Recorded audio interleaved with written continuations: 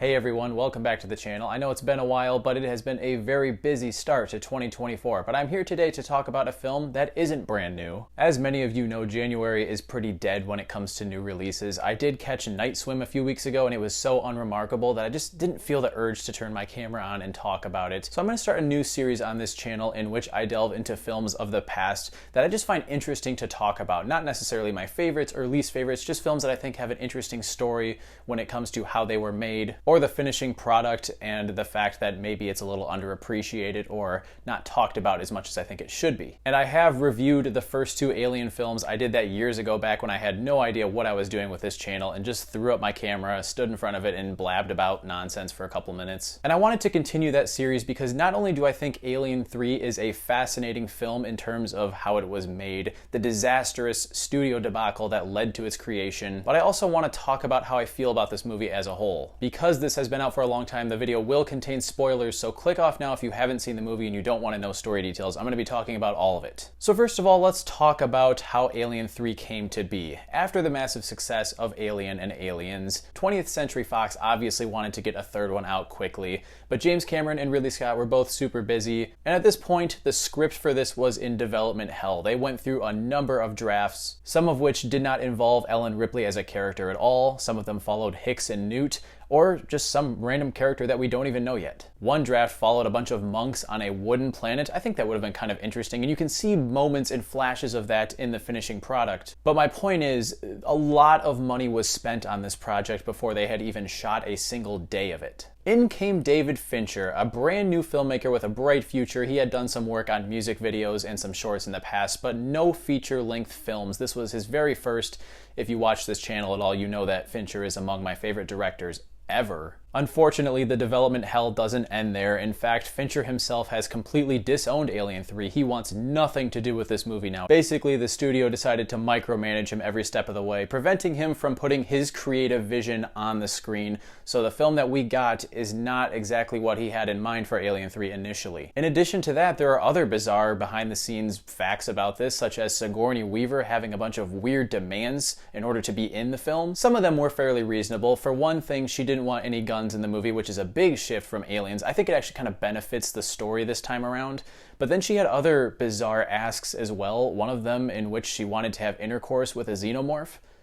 What were you thinking, Sigourney? See Alien Resurrection if you want that idea to come to fruition. So yeah, after a long, torturous shoot, they finally finished Alien 3, and I'm just going to get my thoughts on this out of the way right now. I think Alien 3 is very underrated and underappreciated. It is a very big shift in tone from Aliens in that it's a gothic, slow burn horror drama about faith, redemption, and sacrifice. I think the whole draft involving monks on a wooden planet is similar to what we finally get here in the form of a prison planet that is full of violent criminals, most of whom have turned to God as a source of redemption and absolution. Kind of an interesting concept. And of course, we discover early on that multiple aliens did make it onto the ship, and Ripley herself has an alien inside of her, a queen as a matter of fact. How exactly did it get in there? I don't know. The logistics are a little iffy. I suppose you could say that the queen planted an egg there before she was killed in the previous film. Regardless, it makes for a good allegory for terminal illness. I've seen a lot of people make that comparison. The xenomorph in this film very much represents this overall looming shadow over Ripley's life.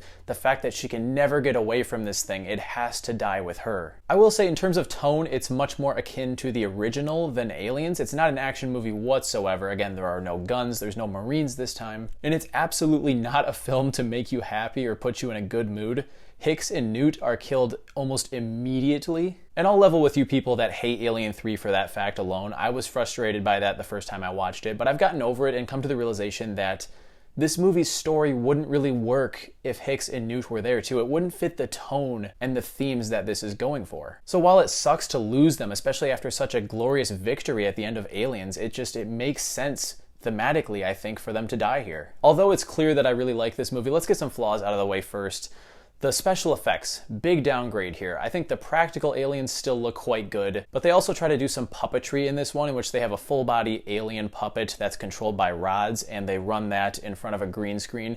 It doesn't blend well with the live action shots whatsoever. In most of the green screen shots, you can see this green outline hue around the alien, and it really does not hold up well. A lot of the characters are simply cannon fodder for the alien to kill, which really sucks when you look at the characters in the previous two films. All of them had distinct personalities and reasons why you want them to survive. They weren't all as fleshed out as our main character, of course, but they were given something. A lot of the people in this movie, not only are they violent criminals, so you instinctively don't really want them to survive, but they're just bald, nameless nobodies. Another issue that I have is that the third act has way too many POV shots of people being chased by the xenomorph. That's a practical way of shooting a chase sequence from a filmmaking perspective, but it becomes really repetitive and lessens the suspense. Also, I think it's worth noting that there are two different cuts for this, the theatrical and the assembly cut. It is not synonymous with the director's cut because there is no director's cut. David Fincher just yeeted the hell out of this project once he was done. I kind of go back and forth on which version I like more. The assembly cut has some more unique subplots, like this one about this guy named Gallic, who almost idolizes the alien and forms this weird bond with it before being killed by it. It was an interesting idea, but I think overall it kind of detracts from all of the other things and moving parts that Alien 3 has going on. Another flaw, I will say, the whole film is not very well edited. Scenes don't exactly flow together because the movie was constantly being reworked and rewritten, even during principal photography. But as far as things that I really like about this, the direction and cinematography, that grungy look that feels at home in Alien, like you feel like you're on another world, but it's also familiar in just how grungy and industrial it is. The practical effects, when they actually show them, are quite good. And also, this was the first film to give us a xenomorph birthed from something other than a human. It's either an ox or a dog, depending on which version you watch. All of the actors put in good work. I think this might actually be my favorite of Sigourney's performances in the franchise. And some of the characters are actually pretty great. Charles S. Dutton as Dylan, I found that character to be very compelling. Again, he has quite a dark past, but so does Dutton himself, and I think he really channeled that into this character, and that speech that he gives before the third act starts.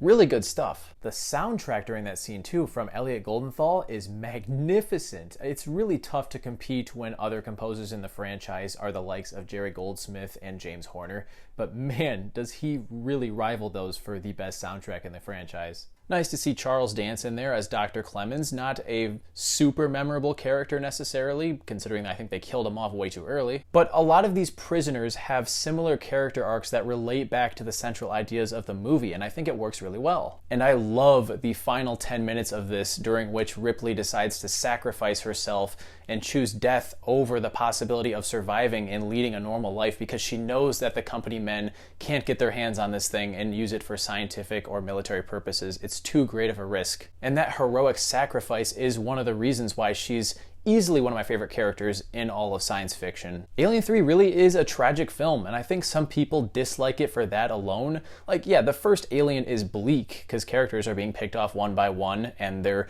light years away from Earth, but this is depressing to a whole other level. It's tragic in both a literal and thematic sense, but I think it comes together far better than people give it credit for. Obviously, with Fincher being one of my favorite directors ever, I wish we could have seen his complete, unfiltered vision on screen.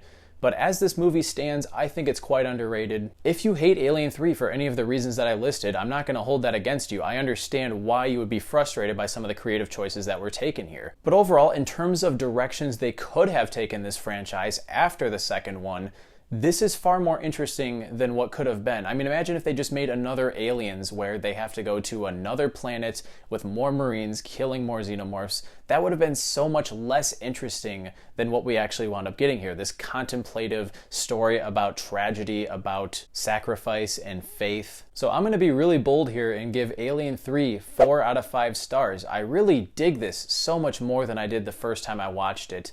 If you want to see a truly awful Alien movie, we can maybe talk about Alien Resurrection another time. That might actually be fun, just to laugh at some of the god-awful things that are in that film. But for right now, I just want to say thank you so much for clicking on this video. Be sure to hit that like button and subscribe if you want to see more content like this. And while you're at it, drop down into the comments and let me know, what do you think of Alien 3? Are you with me? Do you think this movie is undeserving of the massive amount of hate that it gets? I think it is just far from the bottom of the barrel when it comes to this franchise. Thanks again for watching, and I'll see you guys in the next one.